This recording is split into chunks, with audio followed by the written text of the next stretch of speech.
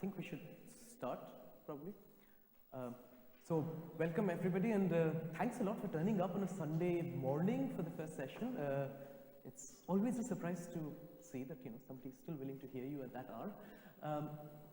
The format's going to be 15 minutes for each speaker, 4 minutes for each discussant, and 10 minutes for discussion of each paper, right? I am the first speaker, and Anisha, can you time, please? Thanks. Right. So this particular paper is about school productivity in different countries, and specifically, it comes from a context where we know that the absolute levels of schooling and school attainment are actually pretty low across most developing countries, especially if you think in terms of the absolute levels of skills. But we don't know very much in a comparative setting. So I mean, in most of the OECD, we know this from various international comparison programs, but those have traditionally not gone to most countries in sub-Saharan Africa or South Asia. What we do know seems to suggest that differences in learning levels, in the absolute levels, are actually pretty big within developing countries. So to give you an example from the last PISA round in 2012, the difference between Vietnam and Peru, which are two of the countries I'll look at, is about 1.4 standard deviations.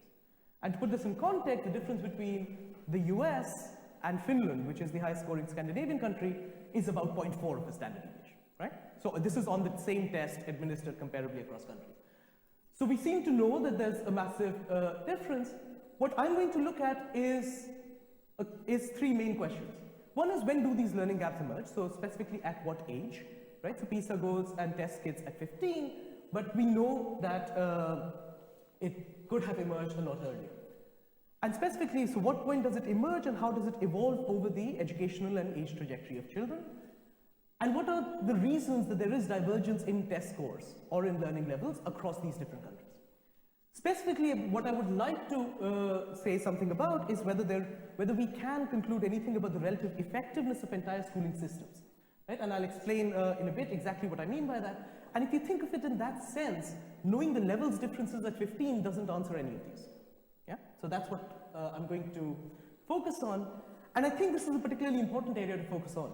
Knowing when gaps emerge and how they evolve over the age trajectory, that's pretty informative for figuring out exactly when you want to intervene over the educational trajectory of kids. Right? And it's particularly important given that the effectiveness of interventions varies quite a lot with the ages of children. You want to know a bit about exactly where differences are coming in from, because you don't want just a league table. Right? So to some extent, you want to know about the sources of divergence because it tells you what are the areas where intervention might be productive. And the last bit is actually somewhat more conceptual, which is that there might be valuable information in figuring out what is the different productivity of entire systems. And that's actually quite different from the type of questions we typically ask, because we typically ask, given a particular intervention in a particular context, so let's say distributing free textbooks in Kenya, how much can we raise test scores? What we don't ask is, how much does business as usual learning differ between, say, Kenya and India, or between any other two countries, right? And that might have valuable information. So here's what I do. I will use a unique child-level panel dataset from 4 countries, Ethiopia, India, Peru, and Vietnam. And first, I will just compare the distributions of achievement at various ages. In this presentation, I will only be looking at 5 and 8. In the actual paper, it's also different at further age groups. And I'll examine, well, specifically how the gap evolves, so how much of it has already emerged before kids have gone into school, how much of it grows over the first years of primary school, right? So do the rankings change across ages? I'll estimate value-added models, so essentially estimating how much children are learning per year of schooling. That's just using standard panel methods. And what I will do further is causally identify this differential productivity using a regression discontinuity-based identification approach, right? The main contribution of this is that, to the best of my knowledge, this is the first comparative analysis of the emergence and evolution of learning gaps across contexts in developing countries, right? And there's similar work on racial gaps and, say, socioeconomic gaps in, say, the US and the UK, but I don't know of anything across countries, and I don't know studies of a comparable age range, which basically start at preschool and go through schooling. The other part is, of course, the causal identification of productivity differences across countries. And if you think of it, one way of thinking about this is that this is micro-identification of what is eventually a macroeconomic parameter of productivity differences, right? The data that I use are data collected by the Young Lives study, which is based here at the University of Oxford, and it covers 4 countries: Ethiopia, the state of Andhra Pradesh in India, Peru and Vietnam. And there have been 3 rounds so far. Actually, there's been a 4th, which was last year, but there's been 3 rounds here, and what I would be using, let's see if I can make this work. Nope. Well, what I'll be using is the 2nd and the 3rd rounds, because that's where there's proper test data. And what I'll be using is, there's 2 cohorts of kids, one born in 94-95, one born in 2001-2, surveyed in 2002, 2006 and 2009. I'll be using the latter 2 rounds for the younger cohort, so that's when they were 5 and 8. Okay? And at the age of 5, children were tested using a preschool test of quantitative ability. At the age of 8, they were given a standard mathematics test. And they're comparable across, so the tests are identical across countries at the same age group. And they can be linked using item response theory. If anyone cares about the plumbing behind the scenes, I'll explain it in the questions and answers, but let it be. Just to give some amount of context, in each of the 4 countries, ever enrollment is pretty high. So if you look at 8 and 12, you see that almost every kid in these samples ends up going to school at some point. You can see that there's important differences between when they go to school, specifically between Ethiopia and the others. So in the other 3 countries, everyone starts school between 5 and 6. And you can see there's differences, therefore, in what grades they've completed. Right? So that's all I want you to take away from that. Just going straight to the descriptive bit of it, at the age of 5, you can already see that there's a bit of a ranking emerge across the 4 countries. Right? So Peru and Vietnam are not statistically distinguishable from each other. Ethiopia and India fall somewhat lower below. The scores are not comparable across the different ages. They're comparable across countries at the same age. And you see that basically the same ranking gets reproduced at 8. In the paper I show it's also reproduced at 12 and 15. And this is true both for the means but also across the entire distribution. So this is a straightaway case of first order stochastic dominance, and that's important because test scores are ordinal. Right? The important bit, of course, is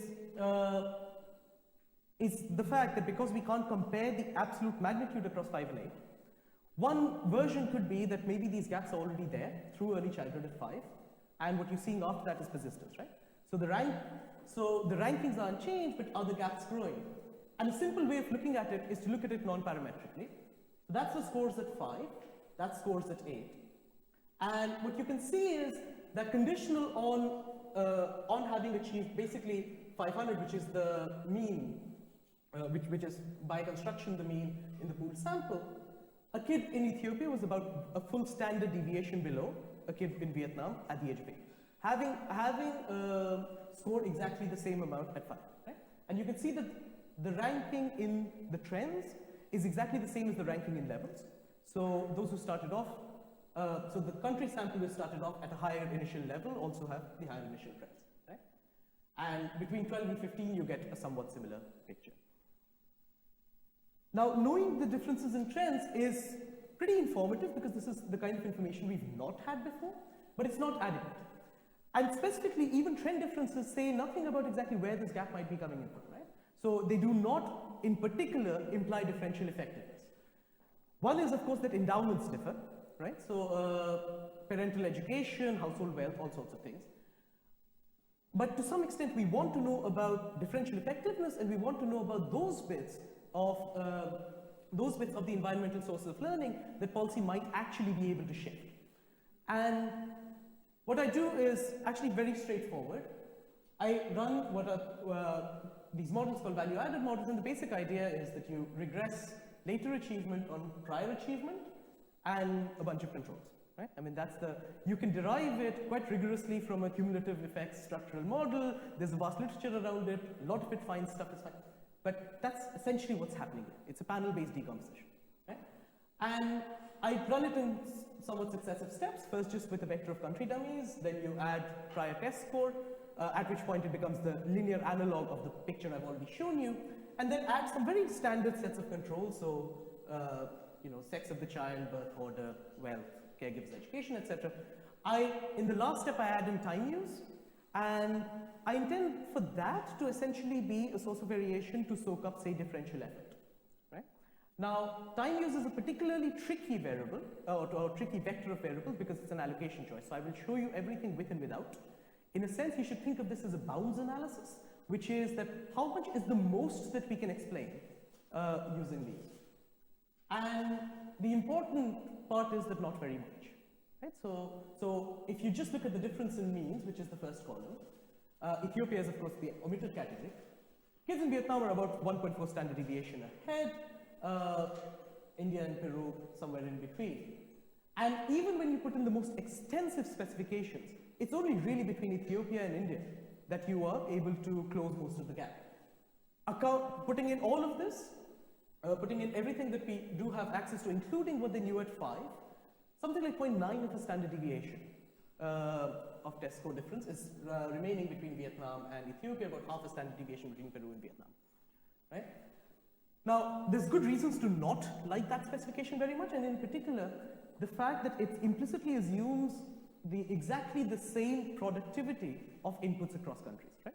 And there's no good reason to believe that. So there's no reason to believe, for example, that a year of maternal education means exactly the same thing in Vietnam as it does in Ethiopia. The simple way of dealing with it is that you run each of the same specification within each country. So you allow every parameter to differ. But it makes interpretation of coefficients somewhat difficult. What I do is I predict exactly what the achievement level would be if I was to shift all the inputs, so everything in the x vector, or all the productivity, everything in the beta vector, and see various configurations. I'm not going to run you through this, but essentially the result is that the difference with Vietnam in particular is entirely a difference in coefficients. So, I mean, if you shifted Peru, the inputs from its current levels, you would have no difference whatsoever in average learning levels. If you shifted the coefficients to look like Vietnam, then you would close all of it. Now, nothing so far has had anything about schooling there, right? And there's good reason to believe that schooling might be exactly where these differences are coming out, right? These differences in trend. And there's good reasons to believe that quality of schooling might be different. Now, what I do is, one straightforward way is just put highest grade completed in this value added model, look at the coefficient differences, right? So if the value added model is right, in the sense that the lag captures all of the unobserved heterogeneity, then that should give you the productivity of a grade completed in each of the systems, measured on a common metric, right? So it should be exactly comparable. Identification depends on this assumption of conditional exogeneity, and I should show you that it's actually quite reasonable. I want you to take just a little time to look at the top row there, which is the coefficient on highest grade completed. And look at the last 4 columns, which is the specifications with time use. Essentially, Ethiopia, India, and Peru look very similar in how much kids are learning per year of schooling. It's between 0.25, 0.3 of a standard deviation. And that's kind of around the levels that we expect. Vietnam, on the other hand, is closer to about 0.5, 0.6 of a standard deviation. Now, to give you an idea of how important this productivity difference is that if you just equate that one coefficient, then you close the entire gap between Peru and Vietnam, and you close 70% of the gap between Vietnam and India. So this is big, right? I mean, essentially, it's saying that there's about twice as much of an increment in learning. Now, of course, to believe the last set of results, you'd have to believe conditional exogeneity, and typically no one likes believing conditional exogeneity. A way out is, let's try looking for an IV which predicts, an IV which affects the highest grade completed but doesn't directly determine learning. And specifically what I'm going to look at is variation coming from the month of birth and country-specific enrollment thresholds. And what I mean is, for example, this, which is in Vietnam, you need to enroll in school in the calendar year you turn 6. So there's a 0.7 year difference between kids born in December and January, right? So within country identification, and this requires variation in the first stage. I can only do it for Peru and Vietnam. So the first stage just looks like whether you're on one side or the other of that threshold within country, and the second stage looks exactly as it did earlier. I put in some site fixed effects and cluster the site level. And the basic answer is that these coefficients are exactly as they were in the OLS. You cannot reject perfect equality of that or of the specification as a whole, but also importantly, the factor of 2 difference between Peru and Vietnam is exactly the same, right? So There's a bunch of robustness checks, but they're boring and nothing changes. Pulling it all together, and I think I'm like literally on my last minute here, levels of learning in absolute levels are quite low, other than in Vietnam. The differences do start early, and there's a large literature which tells us that it should start early. But really, the major divergence is between 5 and 8 in the early years of primary schooling. And the school productivity differences are huge. So Vietnam's the only high performer of sorts in these 4 countries. And the difference seems to be entirely in how much kids are learning per year of school. And I think this has some amount of implications. One is that the fact that you already see gaps emerge at 5, not between Peru and Vietnam, but with the other countries, lends some amount of credence towards all of the rigorous literature around early childhood education, shops, and so on. But I think the key result is this fact about school productivity differences in primary school, because there's a vast literature in the economics of education world which says that that's a parameter you can change with various policies. And what this is essentially saying is that there is scope and variation there, and that's maybe the area that you would want to look at. Conceptually, I think there is a larger elephant in the room. All that I can show you is that school productivity differs massively between Vietnam and the others. What I cannot answer using the data I have right now is why is productivity so much higher? But typically, I mean, this is a question we're not even asking, and I think that's a useful direction to be looking at. And I'm done.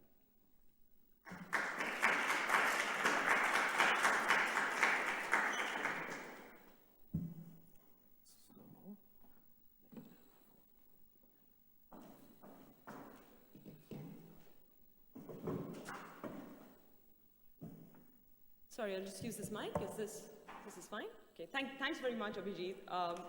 Really glad I got an opportunity to read this paper because I think it does speak to what is probably one of the most important policy areas to look at when looking at education. How do you make certain kinds of schools more productive than others? My comments are sort of grouped into 3 categories. And the first set have to do with the use of time use data. Yeah, as you've pointed out, this there are questions of omitted variable bias over here. Some things that affect how you allocate time would also affect the outcomes of students in schools. And you did say that this is, in a sense, this is a bounded analysis, but I think it would be interesting to see which direction you think the bias goes. Is there any way to bound this, or is there any way to think about which direction we think that bias runs? If we can't think about that, or if you think indeed that the bias is not important, then maybe dropping the time use variables might be something to do. Alternatively, if we think that within the context of time use, the most important factor here is whether children are working outside of school, then there are possibly other ways to get at that. So, Duria et al. With their Brazil paper use district level employment rates for children, or wage levels for children, what kind of wages they would earn, and use that as a proxy for how children are using their time. This is probably a minor point. But you say in the discussion on Ethiopia, you say the time use data is particularly important for Ethiopia, but then you say that that's down to the behavior of 15-year-olds in Vietnam and Peru, and I'm not sure where that features in the context of this discussion. The next set of comments are about the productivity of the school year, so that's the heart of the paper, and you include a control for the highest grade completed. It's not completely clear to me what exactly we were measuring when we control for highest grade completed and for age. And I think that I would have thought that if you've got age in there as a proxy, then once you take out age, then highest grade completed is just a better measure of that. But it would be interesting to get a sense of what we're doing when we control for both highest grade completed and age.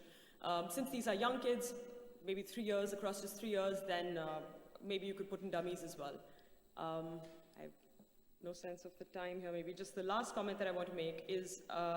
On your IV and your OLS strategy, that you have 2 sets of results. I'm not sure if you've got site fixed effects in both or in just one, because then the results aren't completely comparable.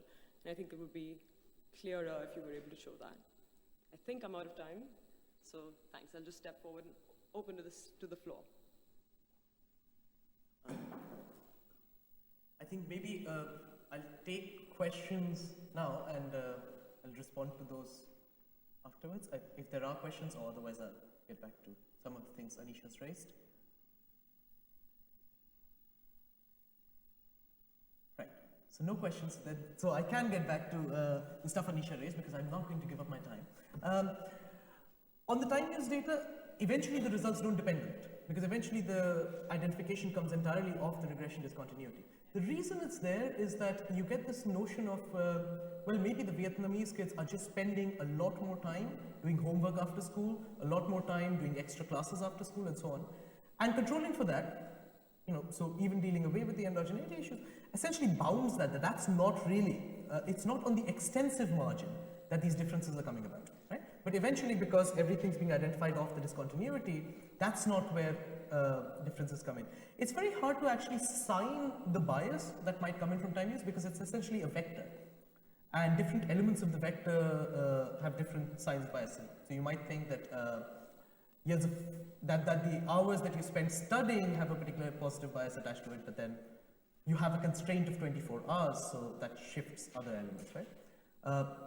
The 15-year-old data, that is still remaining only out of typos, because the initial paper had 5, 8, 12, and 15, and then I chucked the 12 and 15 ones out recently, so I will correct that. The highest grade completed, you see, these are children born, and I should have been clearer, these are children born within about 12 months of each other. They're all about the same cohort age. The variation here comes from essentially when they enroll, whether they drop out early, and whether they're made to repeat. At these ages, repetition and dropout are neither, both of those aren't really the important source of variation. So the variation is in what age did parents put their kids in, right? I mean, that's really what is affecting exposure to schooling. And that's why you might worry that that's non-random, and that's why you want to then instrument using that RD, fuzzy RD type design. So that's exactly the endogeneity challenge there. Site fixed effects, the OLS results in the paper don't have it, but nothing changes with them because, I mean, in the RD specification, they're mostly there for precision because naturally, I mean, standard errors blow up more. Nothing changes if you run it without the fixed effects. I mean, that's really not where the story is coming from. I think we're done, so we'll move, yeah, we have the time.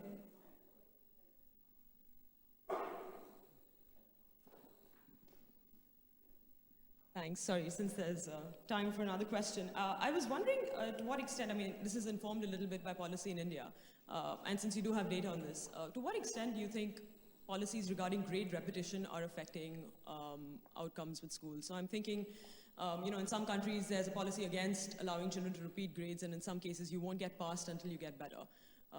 So do you think that could play a role? For example, I don't know what policy looks like in Vietnam or in Peru, but do you think that could play a role in terms of outcomes or testing outcomes? My sense would be not at this age point, right? I mean, these are typically kids who are in grade 3 by the second time, so grade 2, grade 3.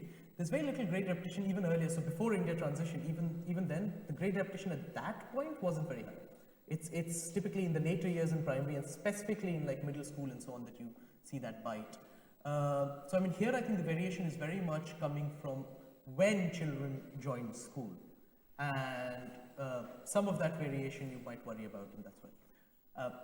There is some evidence to suggest that absolute learning levels in India have declined over a period that coincides with exactly this automatic promotion coming in, but I don't think I've seen any careful work looking at whether it is whether it is exactly that policy.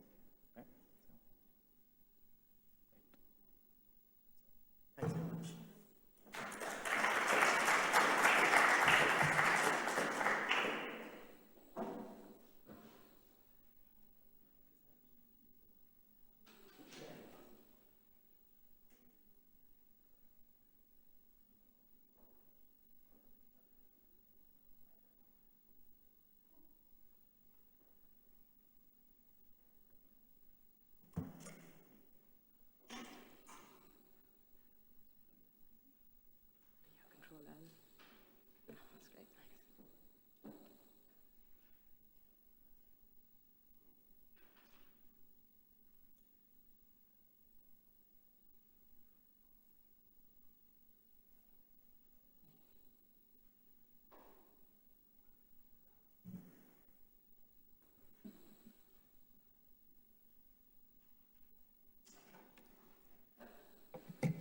Okay, thank you very much for being here. Sorry, I'm a little bit tied to this lectern, but I'm going to try my best to give this talk from here. The paper I'm presenting today is about the effects of an aggregate economic shock on schooling outcomes.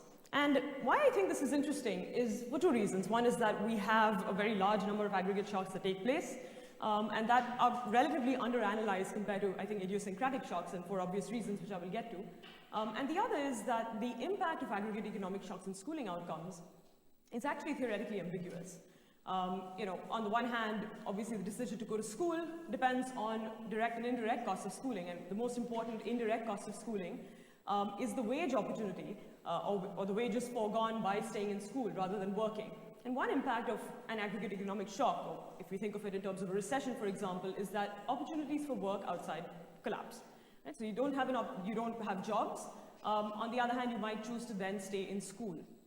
At the same time, particularly for poorer households that face borrowing constraints, household income also falls as a result of an economy-wide shock or as a result of a recession. And with less income in hand, households end up spending less money on all kinds of jobs, on all kinds of goods, I should say, normal goods, including education. There's quite a bit of research on this in developed countries, such as this one. I mean, this is just an example of three really famous papers on this area. And in the absence of these borrowing constraints, they find that the substitution effect, if I may call it that, it dominates the income effect. So as has been spoken about quite a bit since the last recession, the 2008 recession, we have a large number of students enrolling in educational institutions as a result of poor employment opportunities. Many of them might even be doing PhDs in economics, but you see a sort of a large number of people enrolling in schools. In developing countries, the evidence is less clear, right? We have, in poorer countries, the sense is certainly that the size of the income shock is so overwhelmingly large that people are forced to pull their children out of school in order to smooth consumption. But in sort of larger developing countries, Argentina, Mexico, and I bring to you now the case of Indonesia, this outcome is a little less clear. So what do I do in this paper? I estimate the impact of an aggregate economic shock, focusing, in this case, on variation in the extent of the shock across districts within the country. And because I have access to long-term panel data, I'm able to follow through with the impact of this crisis that took place and to see where these children ended up at a period of 10 years horizon from the original shock. How do I do this? I exploit, as I say, regional heterogeneity in the impact of this crisis. I'm able to use long-term data to find out where these children landed up over a longer period of time, and I'm able to put in controls for changes in the quality of schooling that did take place. So focusing specifically on the trade-off between working, on the one hand, where there are fewer opportunities, and in the fact that household incomes are now lower. Okay, the context for this is Indonesia in the aftermath of the East Asian economic crisis of 1998. Let me just go quickly to tell you a little bit about the background of that crisis. The rupiah collapsed by 250% in January 1998, and as a result of this, it plunged the economy into a very, very deep and long-drawn crisis. GDP contracted by 13% in 98. It was basically stagnant in 1999, and so it was only till 2000 where any amount of growth came back to that economy. Frankenberg and Thomas, papers by them, and indeed a number of other papers have documented how they suspect that household consumption actually collapsed in the year following the crisis by 40%, by 20%. With the concern that human capital investments, so investments in education and in health, were also faced a sharp drop in this time. There are three factors in this crisis that are important to this paper going forward. The first is that it was characterized by really high rates of inflation. This is true in 97, all the way for the next 3 years. There was a very long, sustained period of high inflation. A lot of this was driven by increases in rice prices. Indonesia grows a lot of rice, but it is still a net importer of rice. And so the effect of the exchange rate collapse was in fact to lead to a very large increase in the price of rice, which is, as I say, a very important part of the kind of income or the consumption basket, I should say, of households there. And finally, there was a high level of geographic variation in price increases across the economy, and I'm going to talk a little bit about that.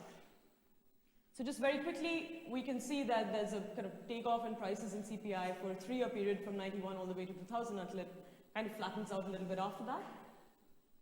And this is an extent of the variation that you see across communities, right? So these are 100 urban communities, which I will use in the data, and I'll talk about that as well. And this shows you the extent of variation in the rice price increases that you see, going all the way from about 25% up to 180%. So different communities have been affected very, very differently. That's just a map of the communities I look at. So the darker shaded areas are those with the highest rice price increases. The lighter shaded areas have lower increases. Okay, so the main argument that I make in this paper is that for urban households, which are net consumers of rice, this rice price increase had two impacts. One is, of course, a sharp fall in household income, which means that spending on all goods, including education, is going to go down. And the other is a collapse in the real wage in that area, right? So there's, as a part of the recession, the high inflation led to a collapse in the real wages in that area. This has been widely documented. There are fewer jobs available, including to children. And so the net effect on schooling outcomes, therefore, becomes theoretically ambiguous, because we're now going to compare the substitution effect and the income effect. Okay, the data is from the Indonesian Family Life Survey, which is a household survey, which looks at about 7,200 households. I will focus on children aged between 7 and 15 in 1997 and in 2000. So 6,300 children between this time, to see the impact of this crisis as it varies by community. But then I will also be able to track a smaller number of children who were interviewed in 97 as well as in 2007 to see what kind of impact this actually had on their eventual schooling outcomes. I'm going to skip this in the interest of time. The most important point really here is that, similar to the paper that was just presented before, the level of enrollment in schools is really high. So if you look at the third line, enrollment in school is actually 95–94%. This is pretty high for 7 to 12-year-olds. And it falls away for 13 to 15-year-olds. But there's a large increase in employment of children. This is not employment that is exclusive to staying in school. Many of these children work and go to school at the same time and stay enrolled in school at the same time. But there's kind of a big increase in school enrollment between 97 and 2000, particularly for older children, as we would expect. Okay, the main specification that I look at is this. I'm looking at YIJT, our schooling outcomes. I look at both the extensive margin and the intensive margin. The main parameter of interest is beta. Within X, I have some controls, which is for the gender and for the age of the child. And PJT is the price increase, or should I say the price of rice in communities across these areas. Lambda is a community fixed effect. So the coefficient of interest here is beta, because this measures, therefore, the within community effect of an increase in the price of rice on schooling outcomes. So let me just show you the first set of results. So that's just the first column here. Ignore 2 and 3 for now. But with that just very basic specification, we can see that there is a negative association between the price of rice and schooling outcomes. In this case, the dependent variable is whether you are enrolled in school. Right? So communities that had the larger rice price increase, or the bigger hit to the economy, have also seen a fall in enrollment. Obviously, there are reasons why we might be concerned that the distribution of the shock isn't random at all. What if there are differential trends within communities that are taking place? What are the kinds of communities that got affected by rice price increases at the most? What I do is I show that to predict whether communities have been affected adversely or not depends on their degree of remoteness and the level of infrastructure in these. So I include changes, controls for changes in infrastructure standards within certain communities. I also include controls for regional price variation. And finally, I re-estimate the above with household fixed effects, because there arguably whether the change in a rice price to a particular household is exogenous, if we don't believe that communities don't have differential trends across. And this is again the same table again, except now we look at columns 2 and 3 with all these added controls in. And it is reassuring to see that that coefficient doesn't move. Right? In all cases, depending on the model that you want to believe, we have a decline in schooling enrollment in response to an increase in rice prices. This is true both for the extensive margin that I just showed you, as well as the intensive margins. This is an impact of hours spent in school, all of which have declined. And in labor market participation as well, participation in the labor market has also declined, which raises, of course, the interesting question of what these children are doing. Probably, I don't have time-use data, unfortunately, but the sense that I get is they're probably staying at home. not able to work, or indeed some of them not enrolled in school. And that's just with the household fixed effects, which I'm going to move over in the interest of time. Big takeaway here is that the results don't really change. Okay. The next way to interrogate this question is to compare outcomes for younger children versus older children. Remember that younger children don't really have that many opportunities for work compared to older children. And so if we do see an attenuation of this big household income shock that households feel, we would imagine that that is true for the older children who do indeed have job opportunities outside. If they can't get a job, they might just stay in school. And so now I compare outcomes for 7 to 12-year-olds with 13 to 15-year-olds. And I do find it to be the case that, for example, if you look at column 1, school enrollment, you find that the enrollment of younger children is affected to a much greater degree than the enrollment of older children. So in other words, older kids are staying in school relative to younger kids who are being pulled out of school. That's true for school hours, and for child labor as well. You find that older children are much less likely to work compared to younger children, right? In response to the crisis differentially. Okay, so just to very quickly summarize these results, you find some declines in school enrollments, but only for younger children, not for older children. And the idea, what is happening here, I believe, is that older children are being incentivized to actually stay in school because they don't have as many opportunities outside anymore. These effects are not very large. I should point out, 3 percentage points, 2 percentage points, these are fairly small effects. So this is not a very kind of big impact. Which is to say that even though the economy faced possibly the largest shock in the last 15 years, we shouldn't be as concerned about a dramatic drop in demand for schooling as one might have expected. Okay. Did these have a long-run impact? This is obviously extremely important because we know that human capital accumulation, a shock to human capital accumulation can have really long-term effects and lead to kind of important persistent outcomes for poverty, for equality.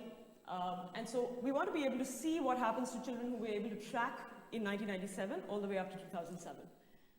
So in this case, the specification I look at, it tries to mirror the first one. So it's got exactly the same kind of controls that I've had there, except now we've got baseline controls, and we're trying to project what happens to their schooling outcomes, the eventual years of schooling attained at the end of this particular period.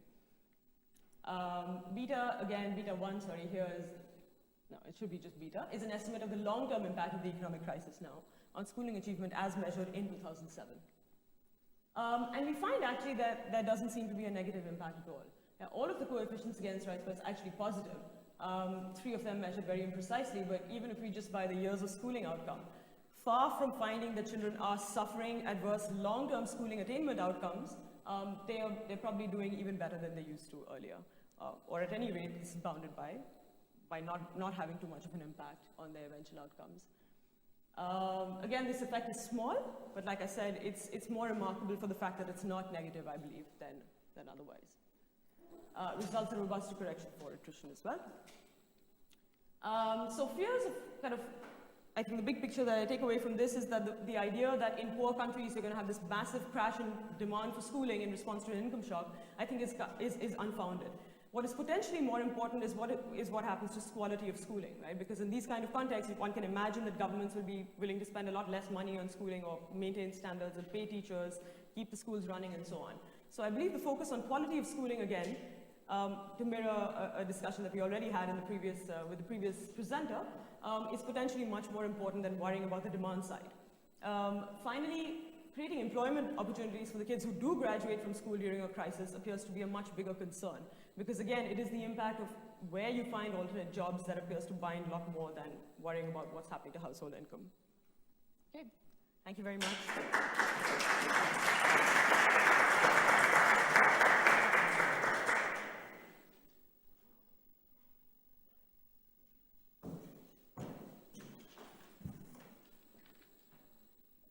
Yes, can you hear me? Yes, thank you, Anisha, for this very interesting paper on a very interesting subject. I really enjoyed reading it. My comments, first, what I liked is your paper illustrates the usefulness of natural experiments.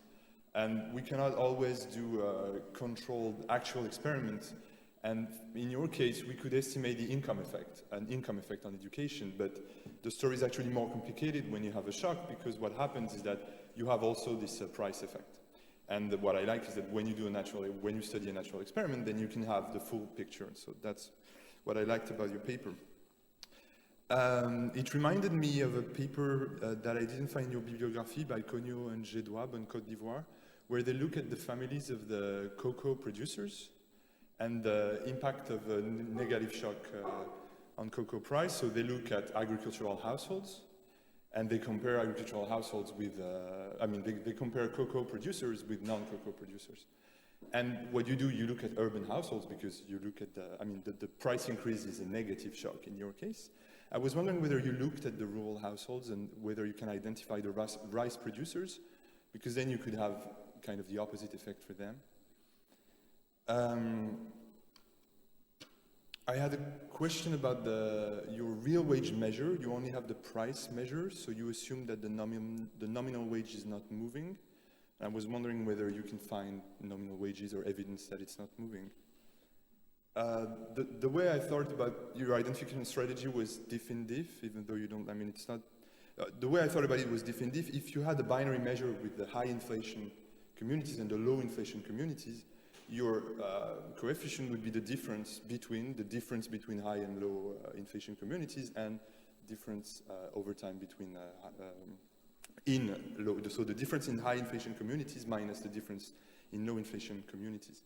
And if you think about it in terms of diff in diff, the assumption you need is the common trend assumption, which would be that before 1998, there is no different trend in schooling in the high inflation and low inflation communities. And I was wondering whether you had the data to show that. So I know it's always a bit unfair and annoying asking you to find more data because it's always very hard. But if you have, I'd like to see that, and I'd like to see that.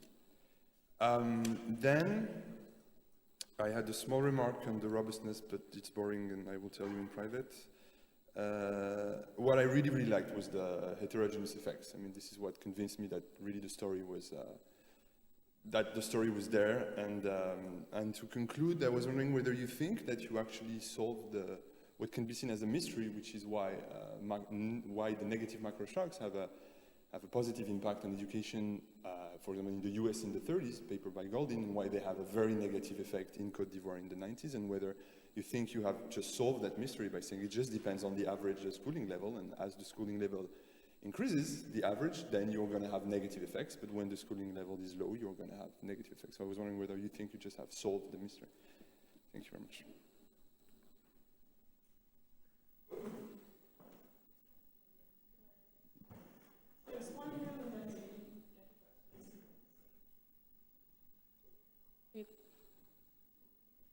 Sorry, I'll just respond to him and get back to you. Okay, thank you very much for those comments. They were really useful. Did I look at rural households? Yes, I did. And with rural households, you have the same, as you say, theoretically ambiguous impact, but it's reversed entirely. So in the sense that rural households, children now the parents have an incentive to make their children work on the fields rather than go back to school, but at the same time, their household income might have had a bump from this.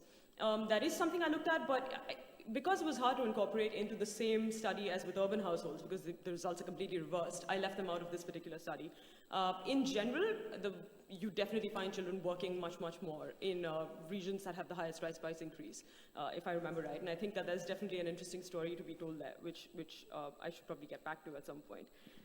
Real wage measures, that's right, I do use a reduced form, a sort of replacement for real wage measures in terms of price. The reason I do that is because I trust the price measurements a lot more than I do the real wage measurements, which is why I use rice prices, which I wasn't able to go into very much detail, but I'm able to get them from 4 different sources within each district and compare across each other, and so I believe that there's a lot less error in measuring that there is with real wages. But in a sense, it is right to say, I think, that the rice prices are a proxy for the real wage in this case. Different diff, it is a different diff, and yes, I do some things to consider the common trend assumption, which is that I have data from 1993, and so I use the 93 data to predict what kinds of communities had big rice price increases, as well as communities that saw big changes in schooling attainment, and I don't find a difference in terms of that. It's hard to obviously incorporate that directly, but in terms of robustness, I think, yeah, I show some of those things. I will show some of those things going forward. The other important thing that I do look at is in terms of infrastructure. that has changed. And I think that is probably the most important source of confoundment, if I can call it that, which is that if you have an area that has a big increase in infrastructure there, and therefore that has an impact both on the price mechanism as well as on perhaps how, whether children are able to attend school or not. And I think that could be one area of concern that I try to address in some way. And finally, have I solved the mystery? I don't think I've solved the mystery, no. But in the sense that I think it's an important point to make in the context of developing countries, because I think a lot of the narrative really seems to be about, well, how do we shore up demand for going to school? And I don't think that that's necessarily the most important thing. We don't necessarily have to think of poor urban households as consumption smoothing by pulling children out of school, particularly not in large kind of middle income, less poor developing countries. The bigger concern, I think, is probably on the supply side. What do these schools look like? And are they able to get similar standards of achievement going forward? Or is that something that suffered in this process? Thank you. But thank you for your comments. They're very useful. So are there any other questions that I can take?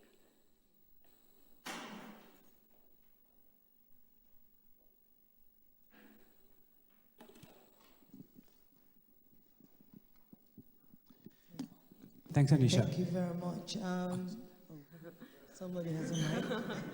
Why don't you go first? Okay, your research work is very interesting, and I could capture the word employability and employment opportunities, but I could not correlate that with the school age, which is 5 to 8 years and the 12 years. My concern now is, this is a good research. Are you thinking of expanding this to capture higher education, where employability is a serious issue, particularly in Africa, where you graduate and there's no jobs, and then you're looking for skills acquisition? And so I want to suggest that you need to, look at a case study in relation to higher education levels as opposed to secondary schools, and maybe you can extend this to West Africa, or Africa region. Sorry, Michael. Thanks very much, Anisha. I had a question about trying to reconcile the short and long-term impacts, which go in different directions. I was wondering, basically, the parents who are making these decisions, like, what do they care about in terms of the outcomes of their children? Do they, especially whether they care about outcomes from time to time, or overall, like, lifetime career opportunities that the children have, and whether there's something in there that could help reconcile that the children in the long term are at school longer. I'm not entirely sure in what way, but maybe there's something in there. It's more like a comment than a question, I suppose. Yeah. Okay, so, sorry, there's a question back there.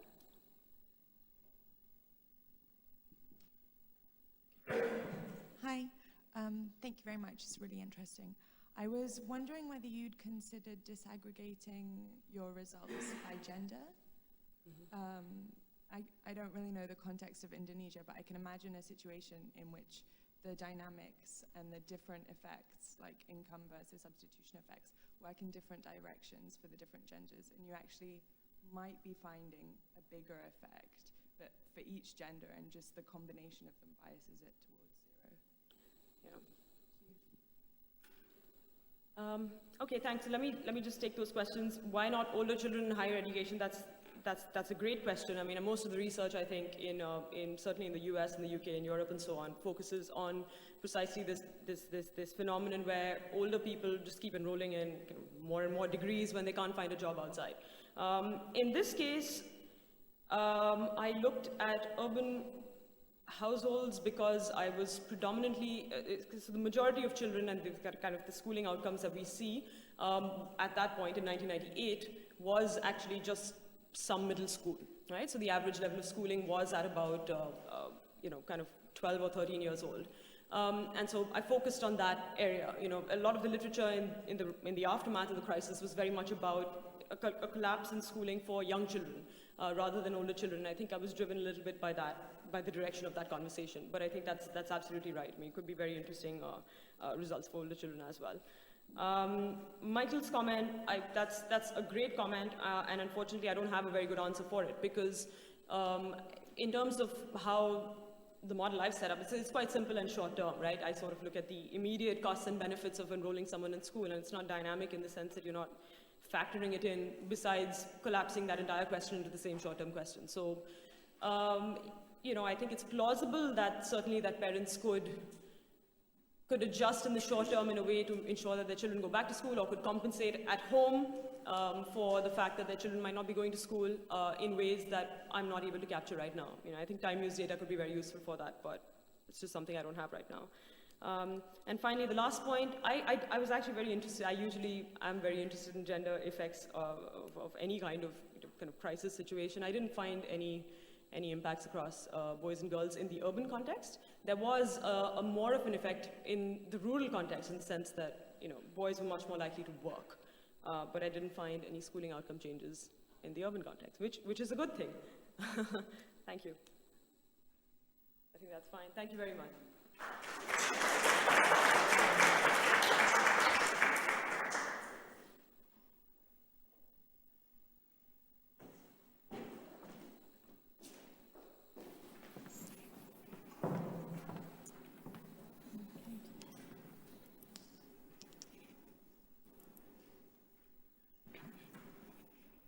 One, two, can you hear me? Yes.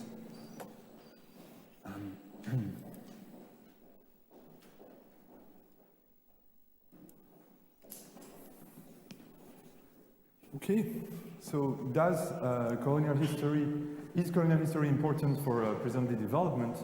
Some researchers argue that what matters are the legal origins, common law versus civil law, others that institutions matter, and others that human capital matters. And in the context of sub-Saharan Africa, it has been argued that the British colonial legacy was more favorable than others, especially as far as human capital is concerned. During the colonial period, British colonies of Africa have, on average, higher primary enrollment rates, and the difference seems to have persisted. And some even describe a mechanism where you go from colonial education to present-day education and to present-day growth rates. What were the differences between British and French colonial education policies? Well, the main one was a difference in agency. The British trusted the Christian missions with education. And these missions, so these private schools, private missionary schools, were financed, subsidized by a system of grants in aid, and they were competing against one another. While in French colonies, the colonial government was, according to the literature, doing most of the educational work. There were fewer British teachers in the British system, a lot of French teachers in the French system. The language of instruction was the local language in the first grade in the British colonial education system, whereas it was always French in the French colonial education system. And then fourth difference, the difference in the purpose. If you are a religious mission, your goal is to reach the maximum number of children. Whereas if you are the French administration of a French colony, your goal is to train a small administrative unit. These differences, according to the literature, would explain what we observe. This graph shows the mean gross primary enrollment ratios. In red, you have the former British colonies over the 20th century, and in blue, former French colonies. So you see what I just told you. And obviously, there is a problem in doing a simple mean difference. And this problem is the problem that can flaw potentially every cross-country exercise. It's the problem of selection. The United Kingdom was, at the time of colonization, the dominant power in the world, and it's very likely that it colonized the richest regions. One way to tackle this problem of selection is to do spatial discontinuity analysis. That is taking advantage of the fact that a lot of African borders are locally random, meaning that they were drawn by European people in London or Paris or Berlin that had no idea about local conditions. So locally they were random. And then if we believe that, then we just need to compare regions close to the border on one side and the other of the border. And we simply do a mean comparison, but very close to the border. And the identifying assumption is that the fact that the village fell on one side or the other of the border is locally random, and that there were no selective migrations. The natural experiment I'm using is the partition of German Cameroon after the First World War. In 1916, German Cameroon was invaded by French and British troops, and quickly it was divided in two zones, the British zone in red and the French zone in blue. In 1919, the League of Nations, these zones became mandates of the League of Nations, and the French zone became the French mandate of Cameroon, and the British zone was attached to the colony, the British colony of Nigeria. In 1960, Nigeria and Cameroon became independent, and the referendum was held in 1961 in the former British Cameroons, and the northern part voted to become a part of Nigeria, and the southern part to become a part of the Republic of Cameroon.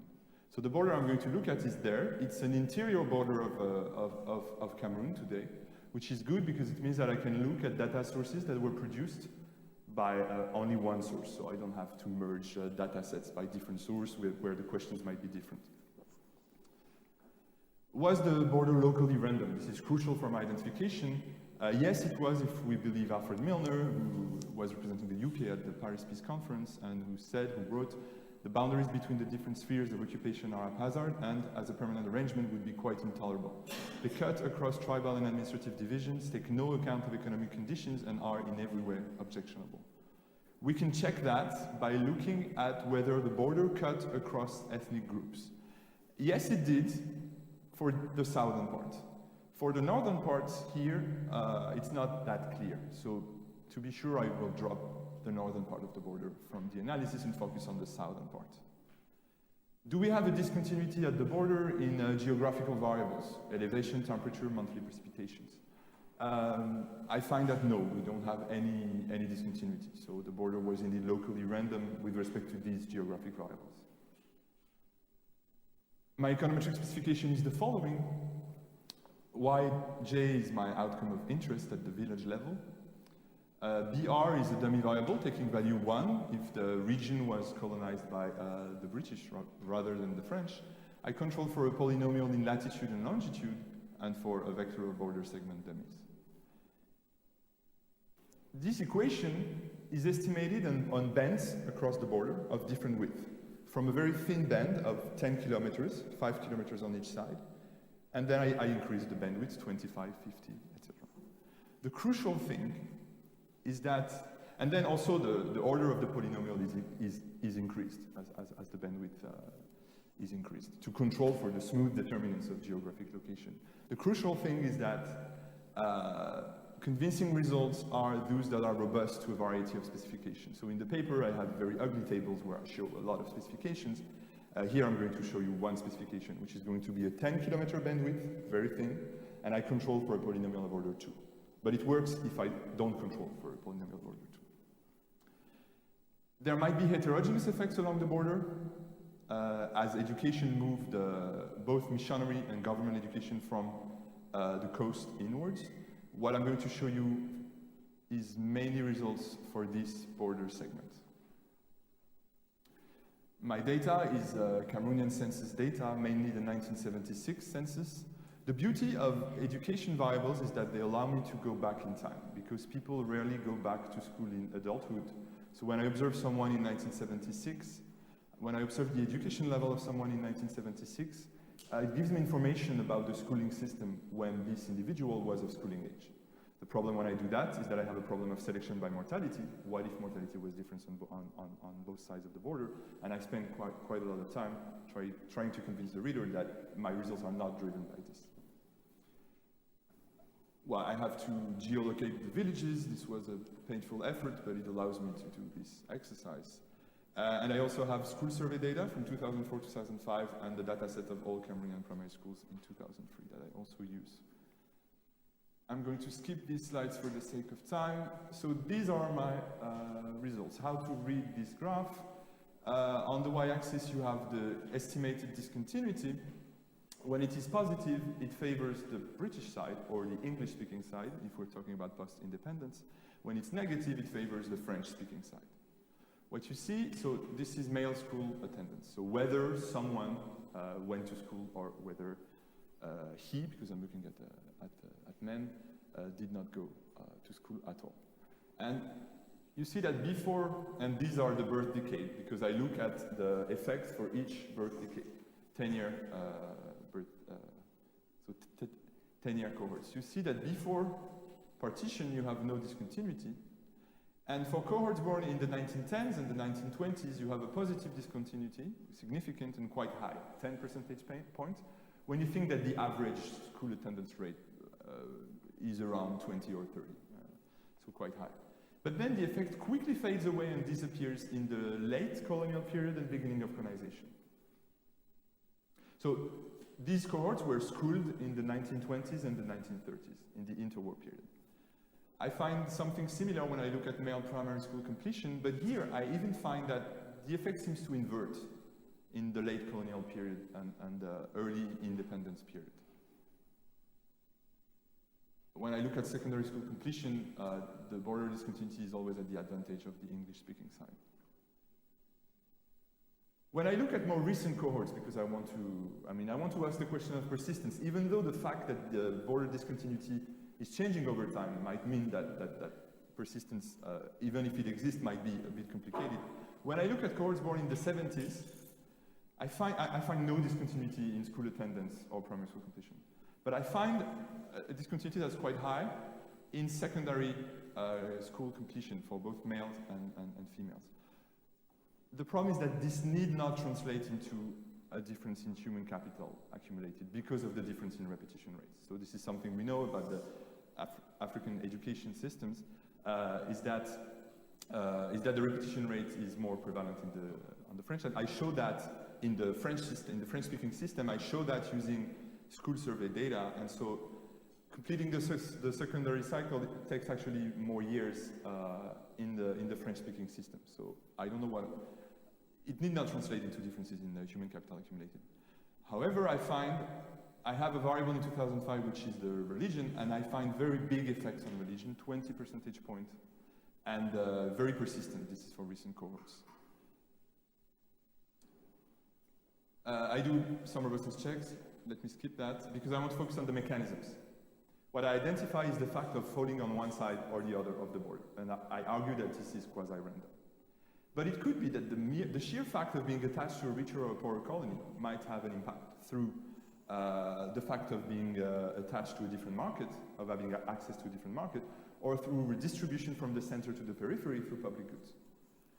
I make the assumption that being attached to a richer colony, and I try to make the assumption that being attached to a richer colony is going to have a positive impact on education.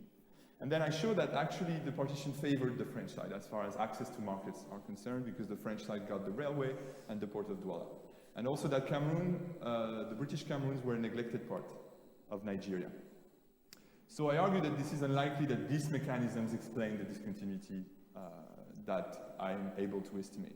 The case I make is a case for an education supply channel, and the way I do that is that I document the different education policies undertaken in the two mandates.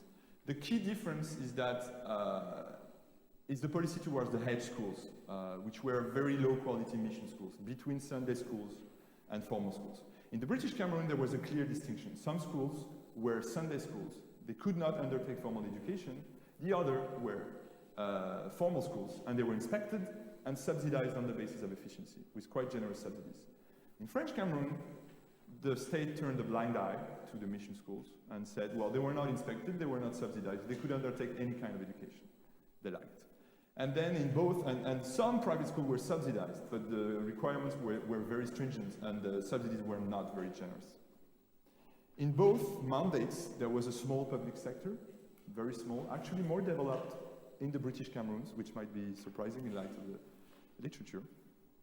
And then what I find is that after World War II, in the aftermath of the Brazzaville Conference, the educational effort is radically increased in French Cameroon. Throughout the French colonial empire, this is increased, and one of the reasons might be because the French wanted to keep their colonies. And they realized that the kind of policies they might have to do other policies if they really wanted to keep their empire.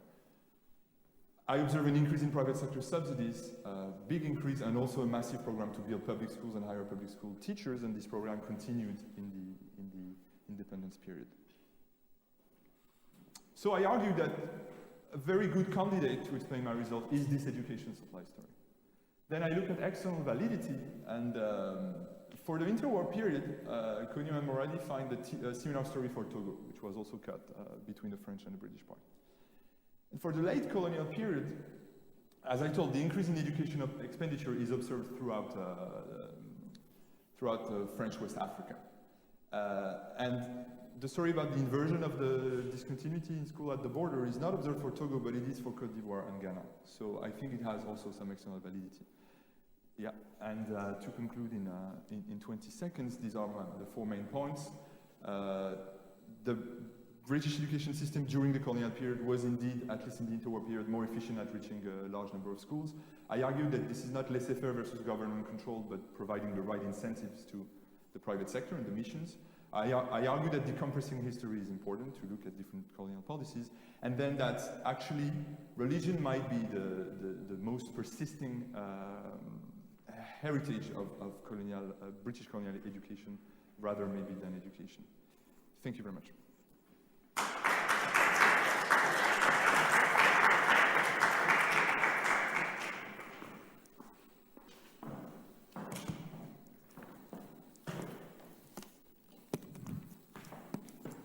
I'm just going to assume everyone can hear me loudly and clearly. So this was a very nice paper to read, partly because it was a part of the world that I know very little about, and a part of history that I know very little about. So ignore me if some of my comments are historically just inaccurate. Right? Now the bits that I really liked were the fact that it's looking quite rigorously at differences in the effects of specific colonial rule, but allowing it to vary over time, and paying quite careful attention to whatever can be pieced together both from historical sources and from backward usage of current data. Right? So I thought that was quite neat. I have a set of comments. The first one is a really cheap one, which is about this particular thing around the mechanism, around the supply side. Now, one of the things, and again, I'm only basing it on what I see in the paper, is that the British part of Cameroon was attached to Nigeria, and the French part is more or less operating on its own. If I am thinking from the prospective view of somebody about to enroll in schooling, it may well be the case that in Cameroon, I think if I get educated, I'll become a bureaucrat. In Nigeria, the field is a lot bigger that you have to compete with to become a bureaucrat. So actually then, what you could be identifying is not differences in the supply of schooling, but differences in the anticipated returns to schooling at a period that bureaucracies are rising in anticipation of independence and so on. Now, this may or may not be the story. It seems consistent with the kind of story that Leonard Bunchicon tells in the Benin context about exactly how within the country, depending responses to supply of school and sort of long-term effects of that across generation. And I wonder if there's something that you can do. So my second comment is somewhat, I hope, more constructive, which is that you have more than one discontinuity happening in these data. Right? So there's one discontinuity that's happening across British Cameroon and French Cameroon. There's a separate discontinuity that's happening across areas of British Cameroon that went and became parts of Nigeria, and areas of British Cameroon which went and became parts of Cameroon, and are therefore affected by, in the post-1961 period, a different set of policies and a different set of labor markets. So essentially you can have some of, and maybe it's not a discontinuity, maybe all you can do is sort of a difference in difference type of thing, but I see no reason that you shouldn't do that. The other thing that I'm somewhat worried about is this use of data from 2003 on when schools were established to work out how many schools there were. Now, schools also have sort of selective attrition in quite the same way that people do, right? I mean, so for example, if you were to use Indian data to track back when schools were open, most schools that were there in 1950 aren't necessarily there now. And there's quite a lot of change over periods of something like 2 decades. Over a period of 6 decades, it's unclear whether the schools that have survived in 2003 are in any way representative of schools that existed in 1940. Right? So I mean, I think you do the best you can with historical sources. So I mean, I can't fault in that. And the last comment is really just a matter of taste, which is that, I mean, very nicely you spent quite a long time in the paper arguing that there's external validity to these results and that this might be true for the French colonies. I think one of the joys of reading economic history papers is that, I mean, as at least from an aesthetic point of view, I find it quite unnecessary to argue for external religion. If it's true for that particular country, for a particular period of time, that is valuable information. You know, that is the history of the people of Cameroon, and that is the history of the people of sort of British Cameroon, that particular area in Nigeria, and that's valuable in itself. So, in a sense, I mean, I care of it quite independently of whether it is also true of the people of Togo. Right? So, and especially given how much is happening in this, I'm not sure how much you can generalize across it, because there's differences between the colonial regimes, there's differences in the colonial regime across periods and whether they're investing, and then there's differences in which countries they join. At that point, I think you're talking of a very unique set of circumstances. And I don't think that does any damage whatsoever to how valuable the results are. So I mean, I like the results, and I think you're setting too high a bar for yourself about whether they're interesting or not. Thank you. So are there any questions? Yes? The mic is... Sorry. I probably missed this. What can you do to deal with migration? And I'm thinking of two things here. The first being that somebody who's on the wrong side of the border in the colonial period decides to move somewhere where their kid can actually get schooled. And second, somebody in the present day who was born in a village but now lives in the capital or lives in France.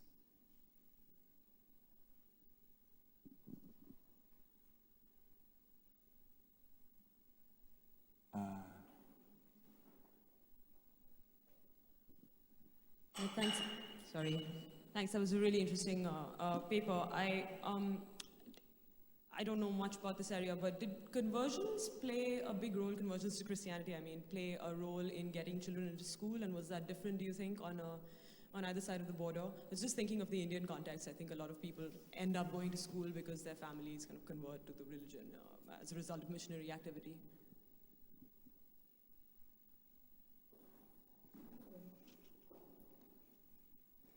I would like to add a suggestion to the expandon of your research. It is true that the British colonial education had some effects in schools, but in Nigeria, the educational system is such that those schools then have returned to government. And so there's a lot of changes, and you need to capture that in your literature, because then it was colonized by the British, but these schools now are no more with them. They're still under the Nigerian government. And there's such a significant difference on the quality of the education now and what it was then. And so you need to capture that in the literature. And I want to suggest that you also do case studies. You zone in either a primary school that is owned by the British and now by the government in those regions, and also in Cameroon, so that you can get some facts and we can give you some information and to help you to collect some of those data. In Nigeria? In Nigeria, yes, I'm from Nigeria.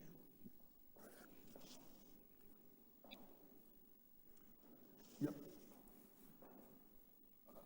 Thank you very much. So a lot of questions, very interesting. So, yeah, about the effect of the, so the French part was not operating on its own. It was part, I mean, it was not part formally of the AEF, but you have other French colonies on the other part.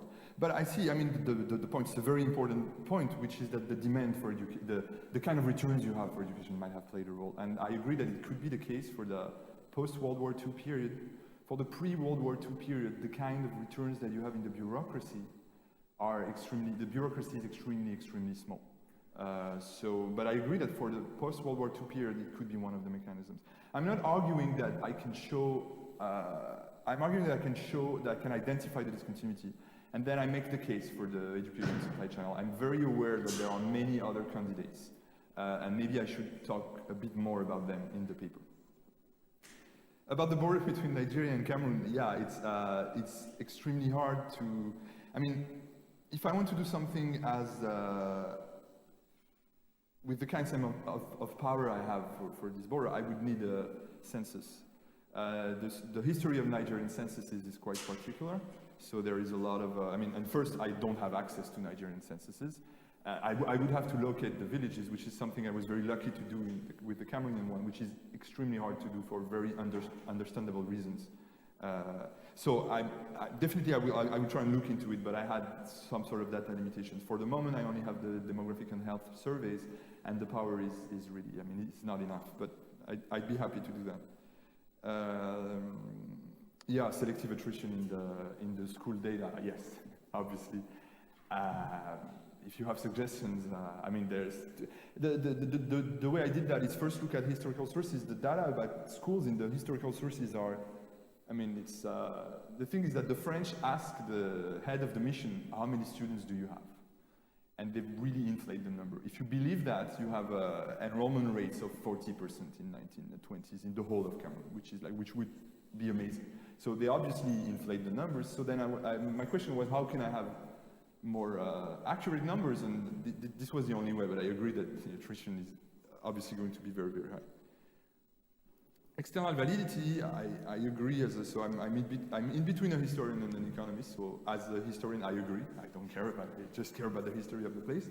But then I'd say, and as an economist, I care about generalizing more.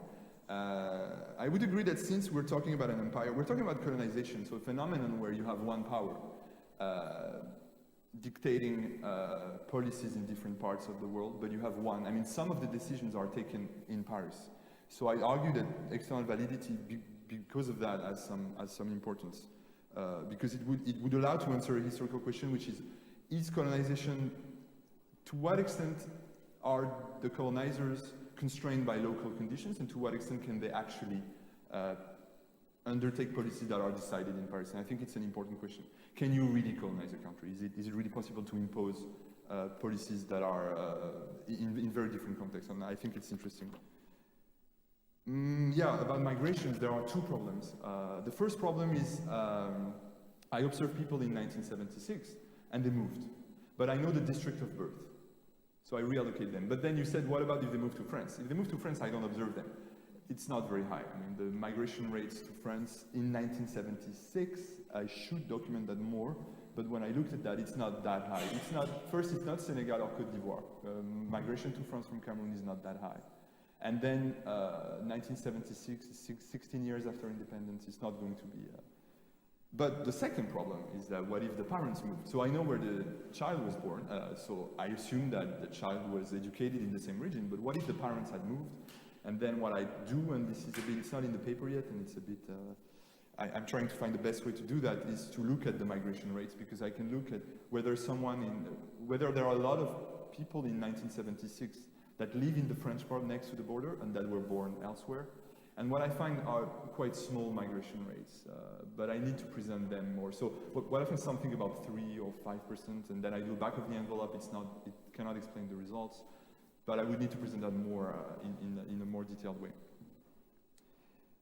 And about Nigeria, so what the part I'm looking at is in Cameroon, so I'm not really talking about Nigeria. It's the same question. I could look at Nigeria, and it would be very interesting. I'd like to do that. So if you have suggestions on how to get school data, I would be really happy. So I didn't do fieldwork in the schools in Cameroon. So that there is I found some surveys that I'm using, not in the presentation.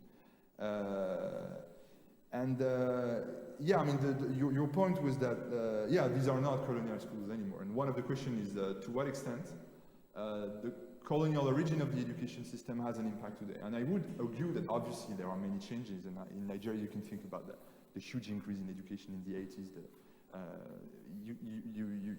Obviously there are changes, and the question is, even if there are changes, are there things that persist? And I would argue that one thing that persists in this case is the repetition rate thing, that there's really a striking difference in repetition rates. And it's true for France. That in France the repetition rate is very high if you compare to Germany or Great Britain, and it's true also for it's true in this case that there's something about the repetition rate.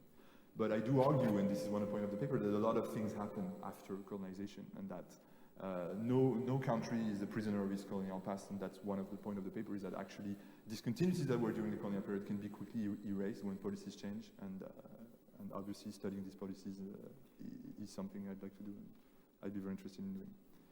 Thank you very much for these questions.